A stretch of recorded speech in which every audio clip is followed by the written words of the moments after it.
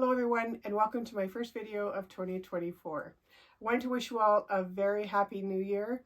I took a little bit of downtime over the holidays to spend with family, but I am back feeling very rested and rejuvenated and excited to get started back onto the dollhouse. So before we get started on this project, I do have a couple of disclaimers about the video. So one of the first things, in fact, I think it's the very first clip, I have measured out where the counter is going to be for this coffee station and where the two shelves are going to be. Once I had the whole project completed and was about to put those shelves on, I realized that I had not given myself enough room between the counter and the first shelf for all of the things that I want to put on that counter. And so I had to go back and adjust where those shelves were going to be. I put my end result measurements in the cutting description in the description box, but I left the measurements that I had done for the video because it was too late to go back and change them. Now, having said that, you can put your shelves wherever you want. There are no rules. If you want to leave them where I had originally thought to put them, or you want to adjust them, that's totally up to you. It really depends on what your plan is to accessorize that piece. The second thing is that I had originally thought that I might put hooks underneath one of the shelves to hang coffee cups on. I really didn't like it once it was done. In fact, I hated it. So I ended up pulling those hooks out. But there is one little clip in the video where you can see those hooks hanging. In fact, when I'm putting the shelf in, you can see the hooks. As I said, I took them out, so I just didn't want you to be confused that maybe you had missed a step. They're fairly simple to make, those little hooks. You just need to bend some wire and drill a little hole. But as I said, I didn't end up liking it, so I took them out. That being said, I think it's time to get started on this little coffee station, and I hope you enjoy.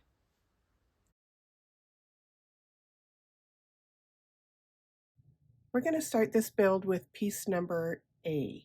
So this is the largest of all of the pieces that you've cut, and it's cut out of the 1/32 of an inch or 1.5 millimeter plywood. So the first thing that I did was I just put a little arrow to remind myself which end is up, because these are going to have some shelves, some cupboards, and I want to measure out where those shelves are going to go and where the cupboards are going to go. And I want to make sure that I remember which end I'm starting from. So I've just put a little arrow at the top. And then if you swing that counterclockwise and starting from the top of the piece, or this would be the shorter end or on your left, we're going to mark out the following measurements. So you're going to make a pencil mark at 30 millimeters, 33 millimeters, 58, 61, 95, 98, 112, 115, 140, 143, and 170. And on your cutting instructions, I've left those measurements just underneath that piece description so that you don't have to keep rewinding this video to catch those different measurements. You want to make the same pencil mark on this edge as well, and then join those lines together. Now the other thing that I wanted to do, and we'll flip this so that the top is facing upwards again. I'm going to divide this section here at the bottom in two, because on one side there will be a cupboard, and on the other side I'm going to build a little bar fridge to put in there. So what I've done now is I've marked out across, and you can use either line 95 or 98 up here if you wish, and then across the bottom. And so those measurements are at 3 millimeters, 40 millimeters, 43 millimeters, and 83 millimeters. This little section here You don't actually need these lines in here, and so I'm probably going to go in with an eraser and take those out, but it's just easier when you're drawing your lines to keep them straight if you're doing it from one side of the wood to the other. On your pieces marked B, we're going to draw out where the shelves are going to be for the left side of the cabinet. And so again, I've marked my arrow so that I remember which end goes upwards. And I've gone in and I have marked off the following measurements starting from the top and working my way down this side. So those measurements will be at 13 millimeters, 16 millimeters, 41 millimeters, and 44 millimeters. And again, you'll make those same measurements on both sides, draw your lines across, and do that on 2 of the 3 pieces. The last thing that we need to do before we start gluing it all together is we need to create some holes in a couple of pieces for the pin hinges that will hold the cupboard door on.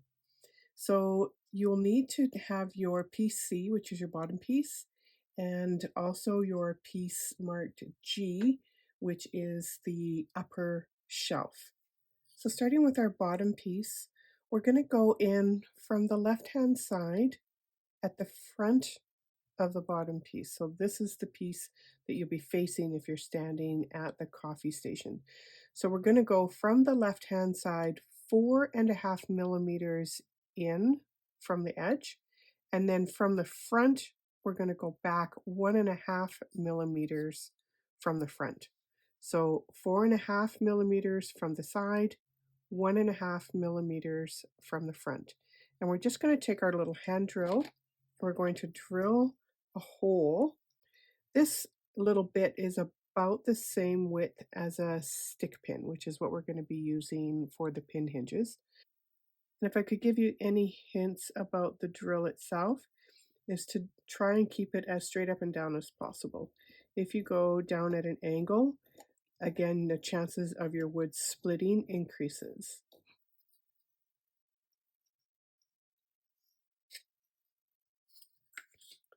So that's the bottom piece. Then on your piece G, which is basically the bottom of the drawer that will sit on top of the cupboard, we're going to do the same thing, but our measurements are going to be a little bit different because this is going to sit inside of the side wall. You only need to go in 1.5 millimeters from the side and up 1.5 millimeters from the front.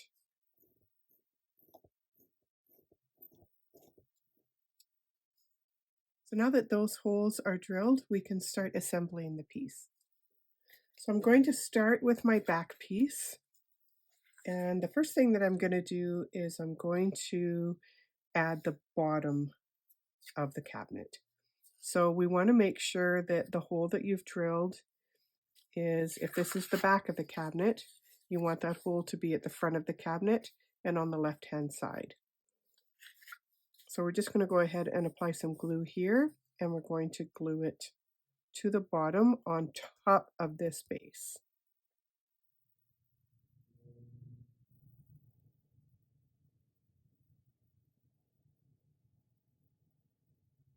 So once that bottom piece is on, then we can start adding some of these side pieces. So we're going to do those one at a time because I'm going to add the shelves in as we go. So you'll take one of your C pieces that has the shelves drawn on it, and the smaller section will be towards the top. Again, this is your top. And we're just going to set this piece inside of the L that's created here by the bottom and the back. So it'll just sit in like that.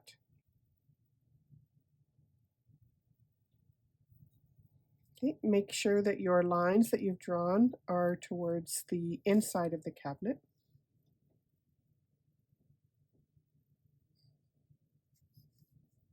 So moving on now, we're going to take piece marked F, and this is your lower shelf piece, and it's going to sit where you've drawn the shelf, the lower shelf here. So it'll just sit in this L here.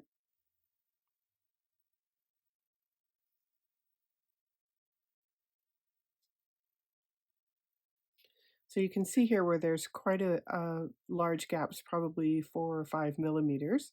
The reason for that is the cupboard door is going to inset and the top of the door will be flush with this edge. So we've got to leave room here between what will be the back of the cupboard door and the shelf. If you brought this shelf all the way out flush with the edge, then your cupboard door would have to sit on top of that. So we have to recess that back just a little bit from the front of the cabinet. Now the upper shelf piece, which is piece marked E, is going to sit in this section here. And this one, as you can see, does actually come out flush with the side. And make sure that the hole that you've drilled for the door is to the front and also to the left. So now we have one smaller shelf and one slightly larger shelf. So these holes that you've drilled now should line up, right? So you've got your hole here and then another hole down on this one. And those should line up so that those hinges are in the same spot. Okay, so now that our shelves are in, we can add the center piece. So this is another piece marked C with your lines drawn, and this time the lines are going to go towards the inside. And again, making sure that the smaller portion is up towards the top. So that will sit in like this. And so you'll need to put glue on these two sides of the shelf, as well as the back and the bottom of this divider piece. And our last piece will go here on this edge. So there is no up or down on this piece because we didn't draw any lines here.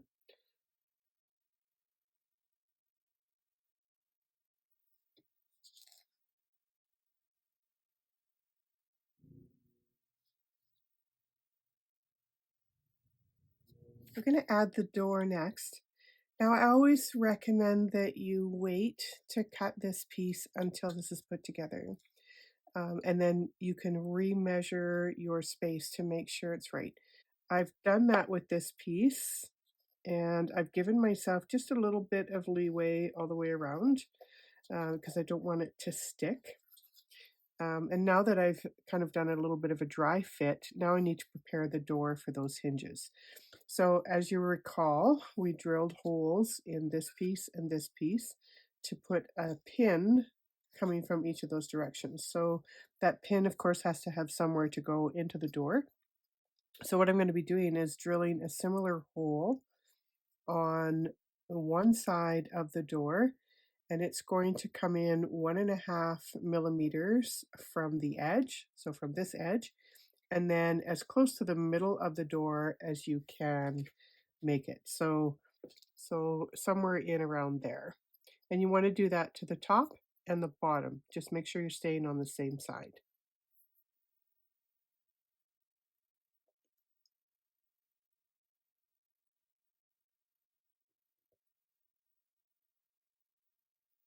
So we're going to drill down maybe just a little bit more than 1/8 of an inch, not quite a quarter.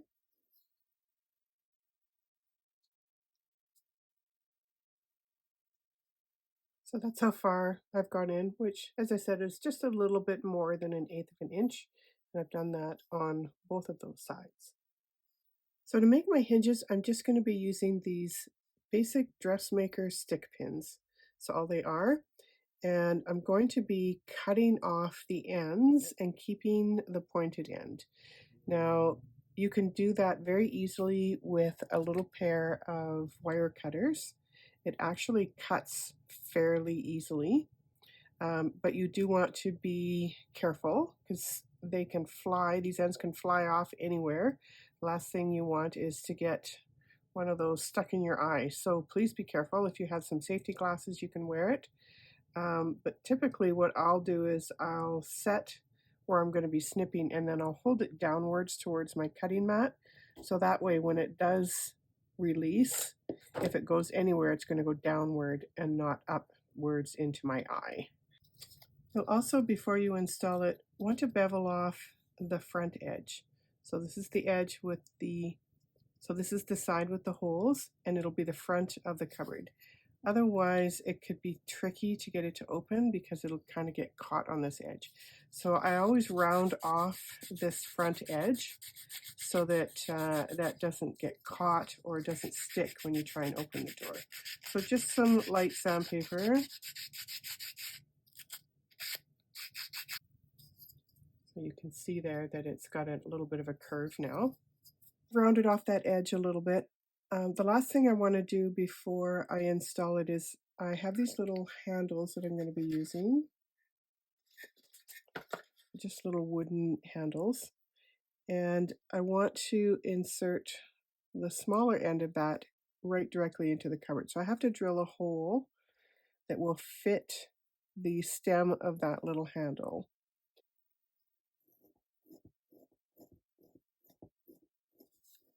All right, so I've got my hole drill now. I've tested it. It will go in there. I'm not going to put it in just yet though, because I do want to paint it before. So now that we have all of that done, now we can actually go ahead and install the door. So first thing we're going to do, I'm going to start at the bottom, and I'm just going to line that pin. I'm going to put the pin through the bottom portion. And then I'm going to lay the cupboard door in there and line up the hole at the bottom of the door.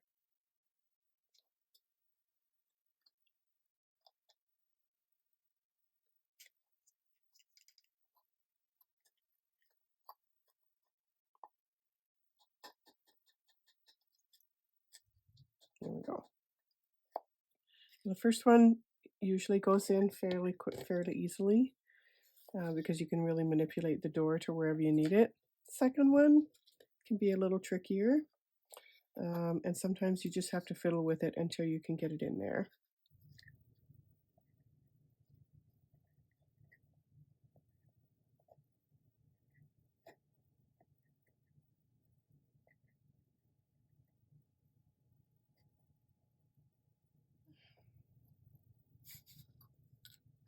You'll actually be able to open and close that very easily. That's a nice loose fit, so that's good. So that's the cupboard door.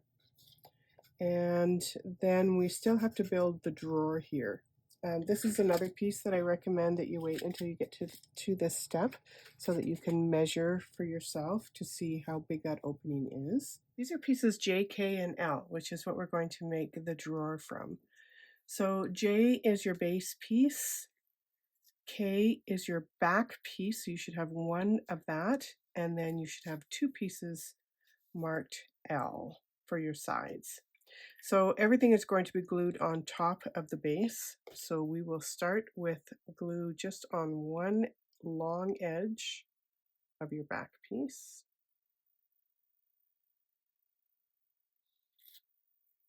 Okay. And then we'll glue our side pieces and just set them inside of that L shape. So we're going to glue one short and one long side.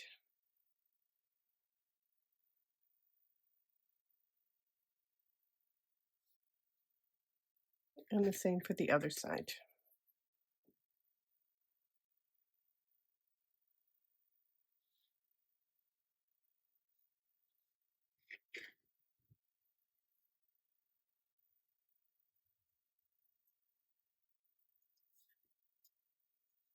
So then you should be left with a little open box with three sides, and then we will create the drawer front out of a slightly thicker piece of wood.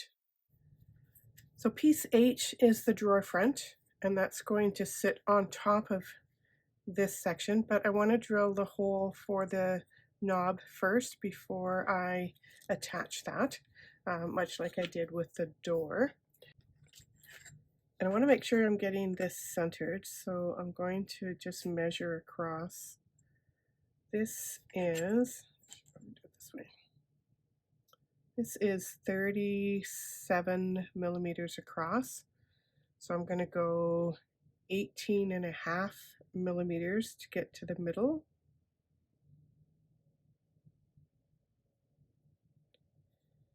And I'm not going to center it from the top to the bottom.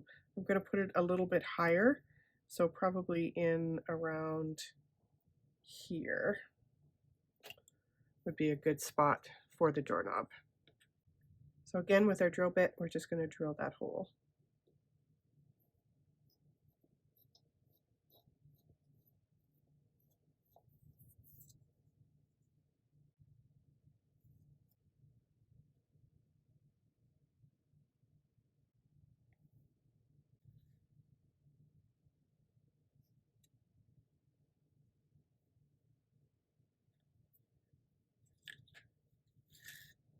So that's going to sit flush on the bottom and the two sides.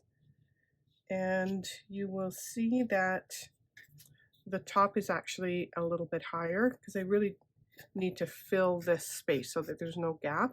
But I don't want the drawer to come up that high because then it's going to be sticky and hard to open. And once you've got that all together, go ahead and test it again just one more time, just to make sure that it slides in and out. So now here's probably a good point to stop and do some painting. So I've always loved the idea of your cupboards being a color on the bottom and then a white or a cream color on the top cupboard. So I've gone ahead and painted everything. So I did go with this sage green for the bottom and then a lighter cream color for the top. And I've also gone in and I've stained my countertop and my two shelves. So those are done. The little handles that I'm going to be using, I'm not sure what they're made out of. I assumed that they were made out of wood, but they would not take any kind of stain. So I ended up having to paint them, but that's okay. Anyway, once I finished painting it all, it dawned on me that I have not yet put any kind of trim on the cabinets. So I'm going to do that now, and then I'll have to go back and paint the trim as well. So that's our next step. To do my trim, I'm going to be using these 5.5-inch wood stir sticks. Now the brand name is Royal, and I did get these off of Amazon quite some time ago. It will probably last me the rest of my life. There's so many of them in there. They are very thin. You can actually cut them with scissors if you wish. They're only probably less than 1 millimeter thick, and they are 4 millimeters wide. And so it makes a really nice thin trim for miniatures. So I'm going to be using these sticks to just create, first of all, a box on both sides. And I'm probably going to create a frame up and around this larger piece as well. But I want to make sure that I've put my shelves in there first so that I don't leave the wrong amount of space for those shelves to set in. So we'll do that now. So these are not always completely straight. Sometimes you lose one because it's crooked, which is fine. But I always just find the one that I think is the straightest, and we'll just start there. So rather than measuring the piece and then measuring the stick, I find it's easier to just lay that on the edge and just with a pencil mark off where you need to cut. And you can cut that with either an X-Acto knife if you wish, or like I said, they do cut with scissors, or if you have one of those chomper tools, they work well as well. But I just find the scissors work the easiest. And then just make sure that you've cut it to the right length. This is just a little bit long and I cut it a little bit crooked. So let me just trim that back.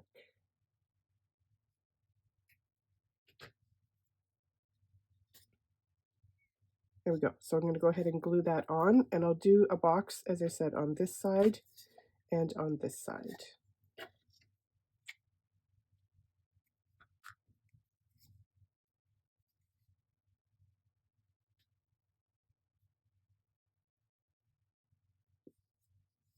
I wanted to mention too, while I'm doing this, when I was painting the cabinet, this section up here, which is very thin, started to warp pretty bad because acrylic paint, which is what I used, has quite a high water content.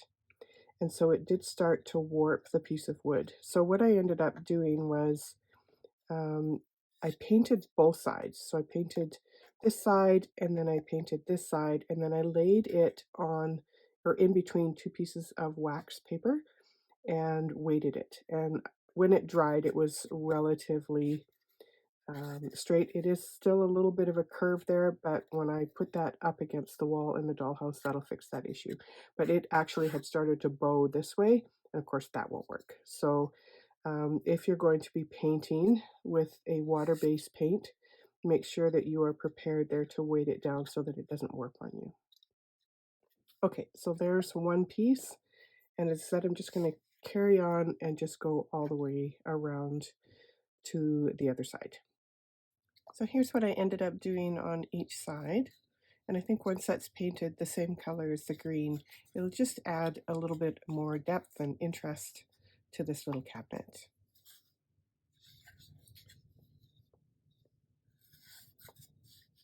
Let's put our handles on the cupboard now.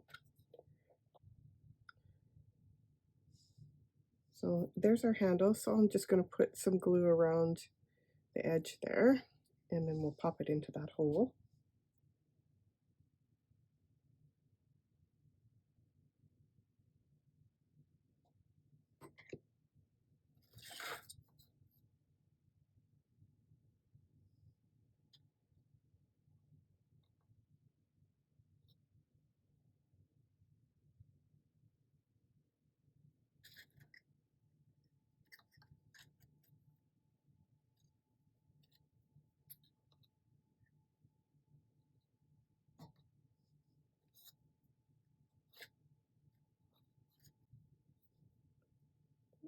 And then, of course, we have our little drawer as well.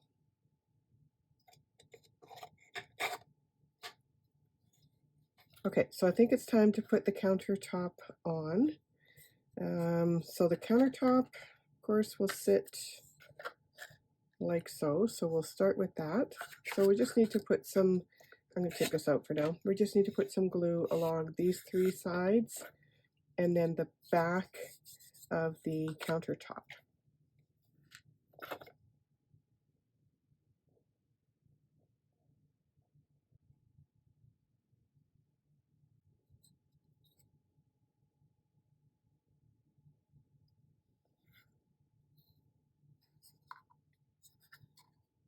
So just eyeballing to make sure that the amount on each side is the same. And then I'm going to put some tape over top of that because it's not easy to clamp it like that. So I'll just take my masking tape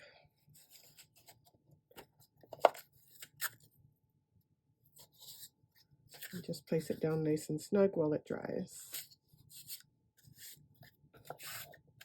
I'm not sure if you can tell on the video, but yes, I've changed the color. So you can see in this shot that I put some hooks on the bottom of that one shelf. After I got it all together, I decided that I really didn't like them. I thought they looked awful.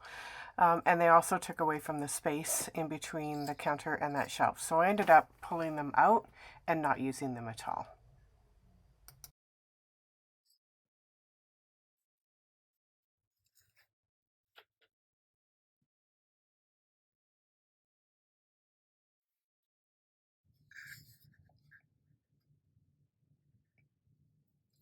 All right, so the last step then is to put our trim up around this upper section.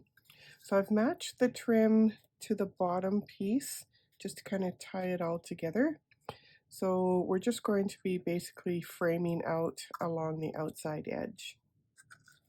So let's start with the top.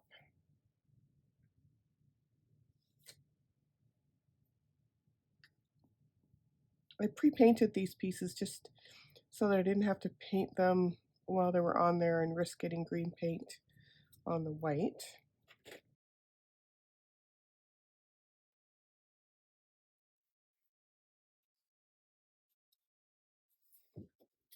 And I would definitely clamp these down as you're gluing them on so that they stay on there nice and flat.